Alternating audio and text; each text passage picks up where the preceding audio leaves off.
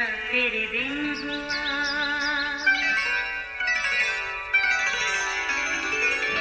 नया फिर दिन हुआ, पुरानी रात का करे सो शुक्र हम खुदा की जात का, खुदा की जात का नया फिर दिन हुआ।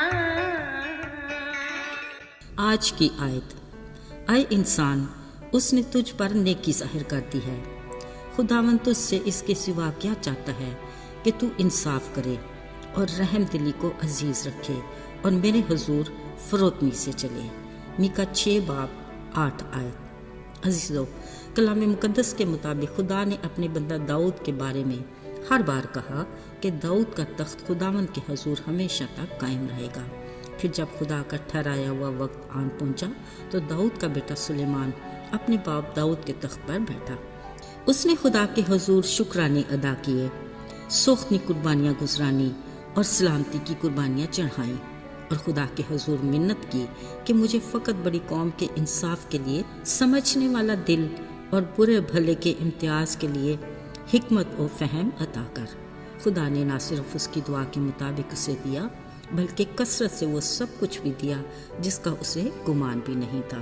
सो सुलेमान बड़ी शान और शौकत से पूरे जाओ जलाल के साथ अपने बाप दाऊद के तख्त पर बैठा और नहायत हिकमत और दानिश से बादशाही के अमूर को सरअंजाम देने लगा।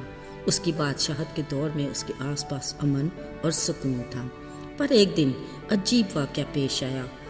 हुआ ये कि उसके दरबार में 2 औरतें हाजिर हुईं जो एक जिंदा बच्चे की माँ होने का दावा कर रही थीं।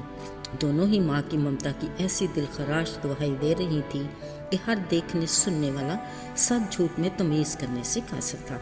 इस मुकदमे की नौयत ही ऐसी थी कि गलती की रत्ती भर भी गुंजाइश नहीं थी। एक ने कहा ये मेरा बेटा है, दूसरी ने कहा नहीं ये मेरा बेटा है, उसने मुझसे धोखा किया है और रात के किसी पहर मुर्दा बच्चा मेरी गोद में डाल दिया। ये बहस और तकरार काफ़ी देर तक जारी रही, जिसके बाद सारा माहौल अजीब उलझन का शिकार रहा और गुजरते हर पल के साथ सूरत हाल मज़ीद परेशान कुन होती रही। वहाँ मौजूद हर कोई मुनसिफ की तरफ नजरें जुमाए और कान लगाए मुंतज़िर था, मगर सुलेमान बादशाह बड़े सब्र से दोनों औरतों की बातें सुन रहा था। फिर बड़े पुरसुकून लहजे में हुक्म दिया, मुझे एक तलवार ला दो। हुक्म ही इस नौयत का था कि देखने सुनने वाला हर कोई अपनी सोच के मुताबिक इस नतीजे पर पहुंचा कि कुछ अच्छा नहीं होने वाला। फिर जब बादशाह को तलवार दी गई तो उसने फरमाया, इस जीते बच्चे को चीर कर 2 टुकड़े कर दो, आधा एक को और आधा दूसरी को दे दो। ओह, ज़रा सोचिए बादशाह के ये अल्फाज असली माँ के लिए किस कदर तकलीफ दे होंगे। और फिर हुआ भी कुछ ऐसा ही। जिस माँ का वो जीता बच्चा था अपनी ममता से मजबूर बादशाह से कहने लगी, मेरे मालिक ये जीता बच्चा इसी को दे दो पर इसे जान से ना मरवा। मगर दूसरी ने कहा, नहीं ठीक है, ये ना मेरा न तेरा, इसे चीर ही डालो। अजीजों, देखा ना अल्फाज कैसे कुव्वत वाले और अपना असर रखते हैं। उसी वक़्त बादशाह ने हुक्म दिया, जीता बच्चा असल माँ को दे दो, जिसने कहा बच्चे को जान से ना मारो क्योंकि वही उसकी माँ है। अजीज़ों, बिलाशुबा इंसानी एहसासात और जज्बात से जुड़े इस मुकदमे का फ़ैसला खासा मुश्किल था, जो सुलेमान बादशाह के लिए एक कड़ा इम्तिहान भी था, जिसमें वो खुदावंद के फजल से कामयाब हुआ।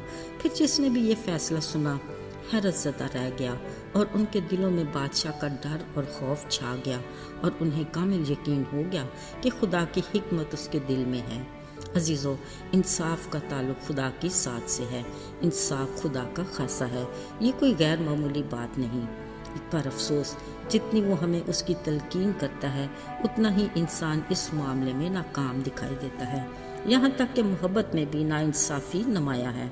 घरानों, कलीसियाओं, हत्ता कि ज़िंदगी के हर शोबे में नाइंसाफ़ी के कल्चर का रवाज आम है, जिसके बायस माशरा नहायत अबतरी का शिकार है। नाइंसाफ़ी की वजह से इंसानी फितरत में बदी की खौफनाक सूरतें जन्म लेती हैं, जो खल्क़ खुदा की तबाही और गुमराही का बायस हैं। याद रहे, ज़मीन पर बदी बढ़ जाए تو یہ گویا خدا کے غضب کو موقع دینے کا علام ہے۔ اس لیے وہ اپنے کلام کے ذریعے ہمیں آگاہ کرتا ہے کہ اے انسان، اس کے سوا اور تم سے کیا چاہوں گا کہ تو انصاف کرے، دوسرے کے ساتھ رحم دلی سے پیش آئے اور میرے حضور فروتنی سے چلے۔ عزیزو، انصاف کا تعلق اس جہان میں ہماری آخری سانسوں اور اگلے جہان میں ابدیت تک ہے، لہٰذا ہر قدم ہر پل انصاف کریں اور انصاف کے ساتھ ثابت قدم کھڑے رہیں۔ آئیے دعا کریں۔